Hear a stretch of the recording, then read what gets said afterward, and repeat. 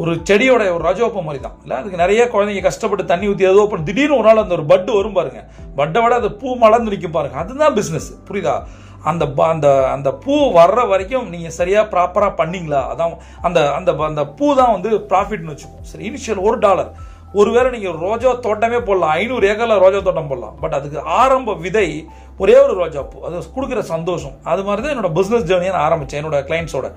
But அதை நான் படிக்கும்போது இன்ட்ராக்ட் பண்ணும்போது அந்த லாங்குவேஜ் பேரியரை தாண்டி அங்கே இருக்கிற எக்கனாமியை புரிஞ்சுக்கிட்டு நான் கிளைண்ட்டை ஒரு 25 கொஸ்டின் கேட்பேன். முதல்ல நான் வந்து ஸ்க்ரீன் பண்ணுவேன், உன்னால் இதை பண்ண முடியுமா? சரி, ஃபார் எக்ஸாம்பிள் ஒரு கண்ட்ரி நாங்கள் வந்து ஒரு சாக்லேட் ஃபேக்ட்ரி பண்ணுறதா இருந்தார், ஒரு தமிழர் பண்ணுறதா இருந்தார், ரைட்? அதுக்கு வந்து நான் அவர்கிட்ட ஒரு ஸ்க்ரீனிங் கேட்டேன். நான் இதை வந்து நான் பிஸ்னஸ் வாரியர் மாதிரி ட்ரைனிங்கில், பிஸ்னஸ் எம்பையர் மாதிரி ட்ரைனிங்கில் சொல்லி தரும்போது 99.99 கிடையாது, 100 பேருமே அதை பண்ணிக்க மாட்டாங்க. ஏன் தெரியுமா? ஒரு பிஸ்னஸ் ஆரம்பிக்கணும்னா 25 கேள்விகள் என்ன, அதை எத்தனை ஃபுல்ஃபில் பண்ணா